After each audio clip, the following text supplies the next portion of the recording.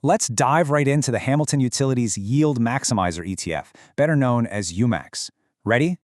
The big hook for investors?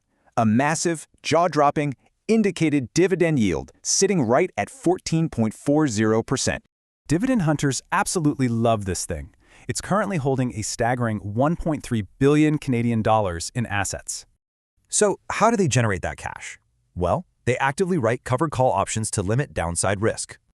Basically, they're trading potential future price spikes for immediate upfront cash premiums on short-term contracts. They run this strategy across solid North American sectors, like utilities, pipelines, telecommunications, and industrials. But here's the ultimate catch. We get this massive income yield, but a sharply declining historical price. Since launching in June 2023, the fund's actual value has steadily dropped over 17%. Yikes. So is this a yield trap or a strong buy? Let's check out TradingView's technical analysis indicators.